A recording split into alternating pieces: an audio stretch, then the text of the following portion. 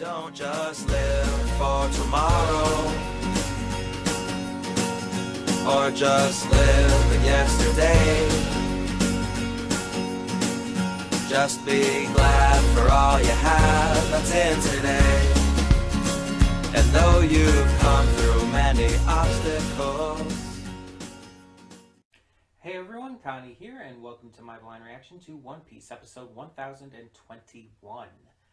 So, yeah, I think as I said last week, it's just getting so wild that we're this far past 1,000 episodes. Again, it feels just like yesterday that we hit episode 1,000, and now we're 21 episodes past. And shit's about to get real because this is a moment that I've been waiting for. I'm going to be upfront and honest with you guys.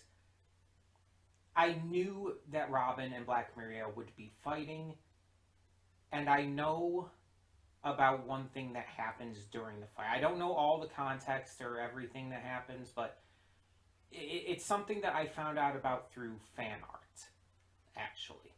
I saw a piece of fan art, and it just kind of revealed, like, one thing to me. Like, basically one, I guess, shot. So, yeah, it's all I really know about this. Luckily, I don't know all the context and everything behind it. I'm sure the fight's still going to be great no matter what. But it's just like, the One Piece community, I've said it before, the One Piece community is kind of terrible when it comes with spoilers. Like, they spoil shit like you wouldn't believe. They'll make posts and fan art and stuff all on Twitter and shit, and not like have any spoiler tags or anything in the tweet itself. So because of that, you won't be able to like block it properly without seeing it and everything. So it's like you'll just end up seeing it anyways, and it's just it's just so annoying. I've talked about before on how annoyed with the One Piece community and their spoilers I am, but yeah. Also, hopefully my voice is coming through perfectly well because I've decided to try out something different to make my little setup in here in my room a little easier. So my mic is now down here in like this corner. I could probably show you without messing too much up here. It's right down there. It's basically with my plushie pile on the chest to there. Now I have to get this back into place. But yeah, it's down there for now. I don't know if it'll stay down there. This is basically a test run. I'm testing it to see how the audio levels work, if anything needs to be adjusted and everything. We'll kind of handle that as it goes. If I need to adjust it, if I need to bring it back up here onto the table, I will and I can. But for right now, I'm trying out this. It just makes the setup a little easier, feel a lot less cluttered and everything up here. So we're trying this out. Obviously, it's a little further away from where I'm at, so maybe I won't capture my voice as much. But hopefully it's still good enough. Hopefully you guys can still hear me all well and good. But yeah, I'm excited for this episode. We're gonna get into this fight, and people have been hyping this episode up on Twitter and stuff I've seen. This is an episode that apparently a lot of people have been waiting for, so I guess this fight's gonna be really good. But I'm excited to see where all this goes. Now, one thing to note, in July, Oda is going to be taking a 1-month break from One Piece, which he hasn't done since like the time skip. He's taking a 1-month break from writing One Piece, and the reason is because Wano is finishing up in the manga, and that means we're heading into the final saga. This, even though I don't read the manga and everything, this obviously will affect the anime, and it's such a massive deal. This is not the final arc, I want to clarify. Some people might need that clarification. The final saga.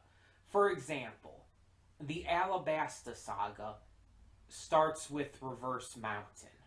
Everything from Reverse Mountain to the end of Alabasta is the Alabasta saga. But the Alabasta arc is a specific arc within that saga. So this is going to, for another way to put it, basically since Punk Hazard, we have been in the Yonko saga. The Yonko saga has been from, or no, not Punk Hazard, Zoe. Sorry. From Zoe to current, we have been in the Yonko saga. Because Punk Hazard to Dressrosa was the Dressrosa saga. So, from Zoe on, we've been in the Yonko saga, and it's obviously culminated with the battle with Big Mom and Kaido.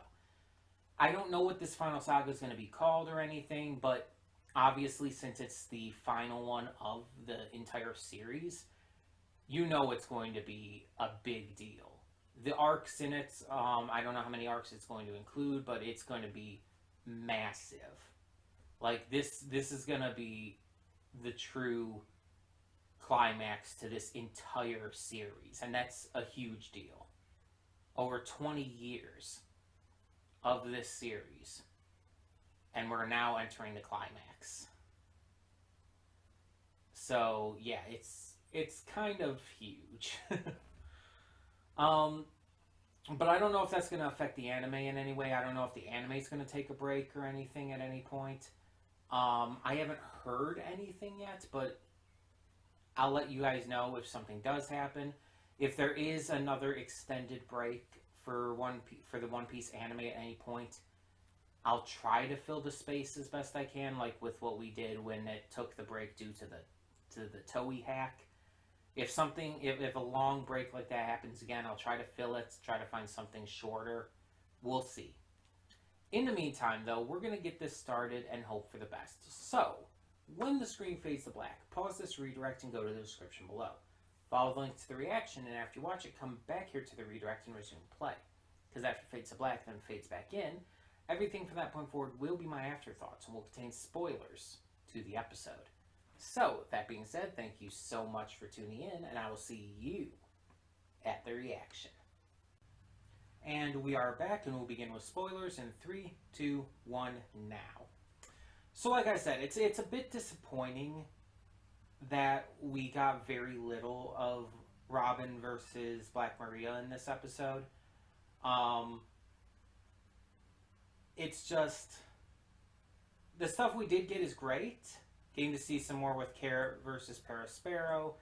Getting to catch up on Yamato and Shinobu and Momo. Momo getting to be super, like, smothered there for a second.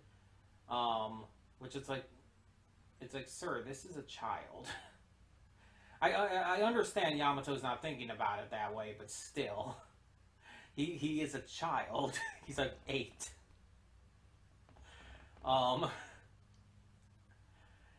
And yeah, it's shown him to be a little bit of a perverted child, but he's still a fucking child. And then it's like we get a little bit of Luffy and them on the roof, the Emperor's revealing Kaido's halfway form, and yeah, I'd already seen it in the opening and everything. I already knew what it looked like. So it's not like a huge surprise. But yeah, it was still a really good episode, even with it not showing as much of the Robin Black Maria fight. And at the end, we do see that come into play, though, with Black Maria suddenly stripping to show her tattoo on her back, I guess, that says, like, Woman Trouble, which hence the name of the episode. And it's like, okay, is there a point to this? I'm sure there is. It's just, I don't know what it is. And Robin, yeah, Robin got to be super badass and cool in this episode, and it's like, it's building up for sure. it's building up to this fight, and it's gonna make the fight itself that much more exciting. But like I've said before, there is just so much happening that it's hard to focus on a single thing for too long.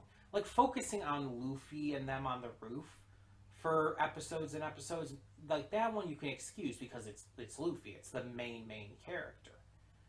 But like having a focus on one of the other Straw Hats for too long, I feel like is a little less excusable because it's like it puts out everyone else still. Again, Luffy facing the Emperors, that's kind of the big deal here. So that one that one makes sense. I get that one. This one not as much. That's all I'm saying. So I understand why they had to do it this way and why Oda had to write it this way, because again, there's too much going on to focus on one for too long, unless it is Luffy and his side of things. So I understand, it's just, I want to see more of this fight. Like, this is what I am the most invested in out of all of the current storylines. The Robin fight, and yes, as I've said, Robin is my favorite character, and that is a big reason why I'm as invested in this fight as I am. But also, I know that this was really hyped up. And I'm excited to see Robin go all out. I'm excited to see her truly showcase her powers.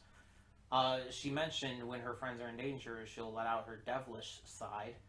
So I want to see that. Because as I said last time, I believe, we've never really truly seen Robin at her peak. At the peak of her abilities, at the peak of her power.